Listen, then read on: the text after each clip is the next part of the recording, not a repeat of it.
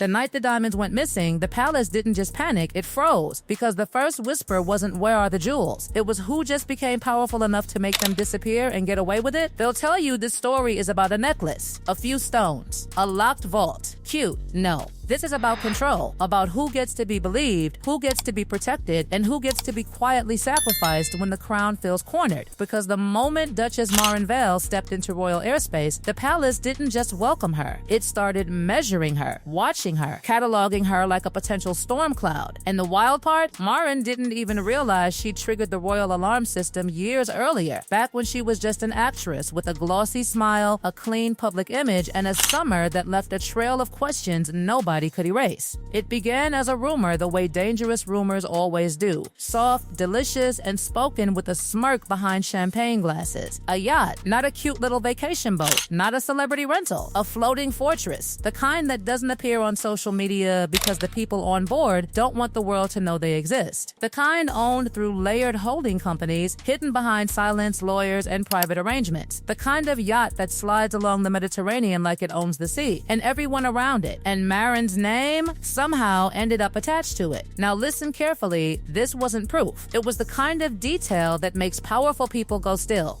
A tiny puzzle piece that doesn't belong in the picture, and once you see it, you can't unsee it. The palace didn't react publicly. Of course it didn't. Royals don't scream when they're scared. They whisper, they file, they lock things away. They move people like chess pieces and pretend it's protocol. Oh, but behind those doors? Oh, the gears started grinding. A quiet memo landed on a desk. Not a tabloid, not a fan blog, a private briefing. The sort that doesn't exist until it ruins your life. It didn't accuse Markle of stealing anything. It didn't say she did anything illegal. It simply mentioned she'd spent time aboard a yacht operating between Monaco and Italy, and that the yacht's ownership appeared tied indirectly to Gulf-linked interests. And you know what happens when the palace sees the words Gulf-linked in the same paragraph as a future royal? They don't ask if it's true. They ask what happens if it becomes a headline. Because a royal household isn't just a family. It's a machine designed to eliminate uncertainty. And Markle, whether she meant to or not, represented uncertainty. At first, the younger advisors shrugged it off. Yachts host guests. Everyone knows everyone. She's an actress. She gets invited to things. They laughed it off the way people laugh when they're trying to stay calm. But the old guard security veterans, they didn't laugh. They'd seen what happens when the palace ignores a small story and it turns into a monster. They knew the silence around a rumor doesn't smother it, it feeds it. A rumor with no closure doesn't die. It waits. And then, as if the universe wanted to pour gasoline on the whole thing, a separate file floated in. A diplomatic note. The kind marked confidential with language so polite it feels like a threat. It hinted at irritation from Riyadh about Western figures casually implying proximity to Gulf power, trading on hospitality, letting people believe favors were granted when they weren't. That's when the name everyone feared finally entered the conversations in hushed tones. Crown Prince Khalid bin Ryan, a man who does not tolerate being turned into background decoration in somebody else's fantasy. A man obsessed with image, power, and perception because he understands something most celebrities don't. Reputation is currency and humiliation is war. And suddenly, this wasn't just a palace rumor anymore. This was geopolitical. Because if a Gulf-linked yacht was being whispered about in the same breath as a future duchess, and jewels later went missing, and people in elite circles were implying Saudi hospitality like it was a casual party favor, that didn't just embarrass the crown. It insulted Riyadh. It suggested access had been handed out like candy. And Crown Prince Khalid, according to what people close to the situation swear, didn't explode on camera. He exploded in private. The kind of controlled rage that doesn't throw tantrums, it rearranges reality. No press conference, no tweet, no statement.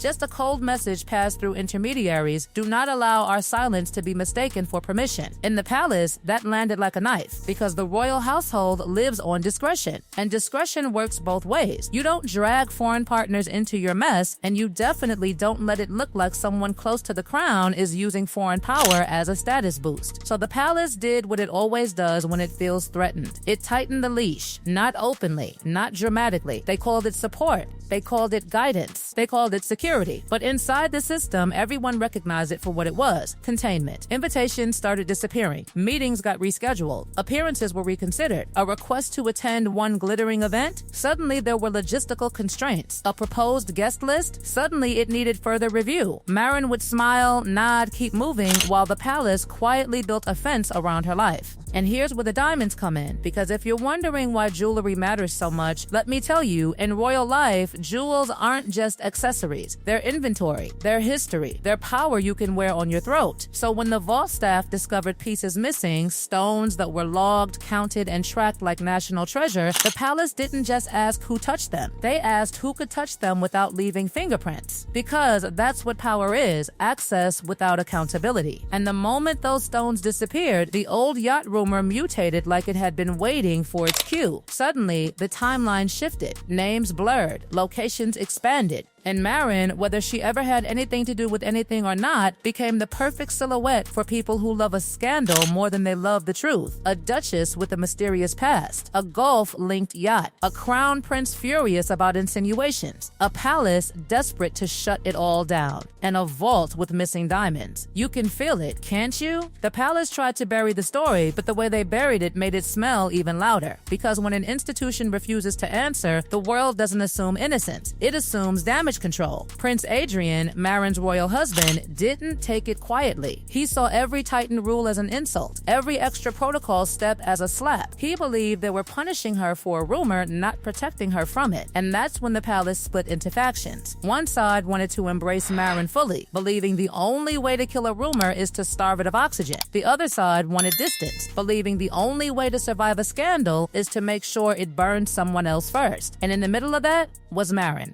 Smiling for cameras, learning the rules, living inside a gilded maze where every hallway had ears. Because here's the cruelest truth of all. In royal systems, you don't have to be guilty to be treated like a threat. You just have to be inconvenient. And as the wedding date crept closer, that old file, the one that should have died years ago, didn't disappear. It thickened, not with proof, with contingencies, with what-ifs, with quiet notes that said, if the story breaks, here's how we survive it. And somewhere far away, behind closed doors, Crown Prince Khalid was making it clear through the coldest channels possible. He would not be used as a prop in anyone's myth, and he would not tolerate his country being dragged into someone else's royal soap opera. Because if there's one thing the palace knows, when a powerful man feels his reputation is being played with, he doesn't ask for apologies. He demands outcomes. The clock was ticking. Every passing day pushed the royal family deeper into the web of gossip, speculation, and whispers. What was once a casual rumor about a mysterious yacht, a missing jewel, and a vague connection between a soon-to-be duchess and the Gulf elite had evolved into a full-blown international crisis. Now it wasn't just about Meghan, now it was about everything she represented. The deeper you get into the world of royals, the more you realize no one is truly free. Every movement is scrutinized. Every gesture has meaning. And most critically, every word spoken, whether in private or public, can spark a fire that may take years to extinguish. And the fire that Meghan had unintentionally started, it had already started to burn a trail across continents. Behind closed doors, those who had once dismissed the yacht rumor now understood its danger. What had seemed like idle gossip was now viewed as a potential spark that could set everything aflame. Martin Vale was no longer just an actress, no longer just a woman about to marry into one of the world's most famous families. She was now a symbol, a lightning rod for everything royal insiders feared. And here's the thing about royal families, they're not about truth, they're about image, about perception. So the moment the Saudis got involved, whether directly or through their subtle message about the yacht and the diamonds, the perception of Meghan shifted from innocent guest to something more dangerous. She wasn't just a potential scandal, she was now a political problem. It wasn't lost on anyone that the timing of these rumors was suspiciously perfect. Right when the royal family's focus was supposed to be on their upcoming wedding, right when the world was supposed to be watching the celebration of Prince Adrian and Meghan's love story, that's when the storm hit. Rumors that had once been dismissed were now being taken seriously. Inside the palace, a different tone took over. Gone were the whispers of trust. Gone was the idea of embracing Meghan with open arms. Now, it was all about control, managing the narrative, and cutting off any possibility of this scandal reaching the headlines. The tension within the royal household had been palpable, and the factions inside the palace grew more entrenched. Those loyal to Prince Adrian, who still believed in the power of truth and loyalty, grew frustrated. They had seen Meghan's heart, had seen her sacrifice everything to be with him, yet now now, they were watching as the palace grew colder and colder toward her. They were no longer concerned about protecting Meghan from public scrutiny. Instead, they were concerned about protecting the family from the fallout.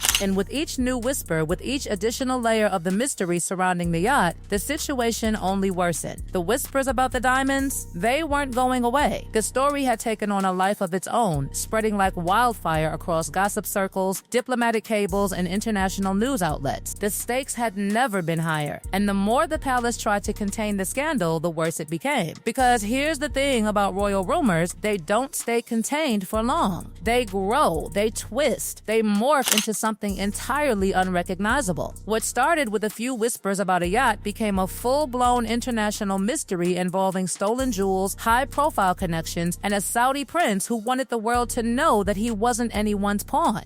The palace's efforts to control the narrative weren't just about protecting Meghan anymore. They were about protecting everything: their brand, their legacy, their future. The pressure was unbearable, and the consequences of every decision they made started to feel more dire. They couldn't afford to make the wrong move, not with everything on the line. By the time Markle and Adrian's wedding day finally arrived, the air around them was thick with tension. They had managed to keep the worst of it hidden from the public, but anyone with eyes could see that the wedding wasn't the fairy tale the world had expected. It was a carefully staged performance, designed to show unity, designed to show control, but underneath it all, everyone knew something had changed. Inside the palace, no one was talking openly about the yacht, the diamonds, or the growing tensions between royal factions. But behind the scenes, those stories were the most important thing anyone could discuss. Every detail of Meghan's life was now under the microscope. Every person she met, every place she went, every word she said. She had become a symbol of uncertainty. And then came the first real test. The diplomatic cables between the UK and Saudi Arabia, they weren't just talking about yachts anymore. They were talking about her and her relationship to the Gulf elite. How far did the connections go? How much was being implied in these quiet circles? And more importantly, who had allowed the narrative to spread? Crown Prince Khalid wasn't going to let this slide, and the message from Riyadh had been clear: stop implying we're involved when we're not. That was the moment things shifted irreparably. The palace had to make a choice. Was it going to let the royal wedding go on as planned, continuing to try and control the public's perception of the situation? Or would it come clean? Would it expose everything? Would they risk breaking the illusion of a perfect royal family and revealing the cracks that had been festering for years? What followed next would change the course of the royal family's future forever. Martinvale wasn't just the future duchess anymore. She had become a battleground. The consequences of this secret battle would haunt the palace for years to come. And in the background, the one constant remained: the diamonds. As for Meghan and Adrian, they were left to navigate a world in which their personal lives were anything but their own. Would they ever escape the shadows of the palace's political games? Would they ever have the freedom to live without the weight of royal expectations? Only time would tell. But for now, they were trapped in the web of their own story. In the web of their own story. In the web of their own story. In the web of their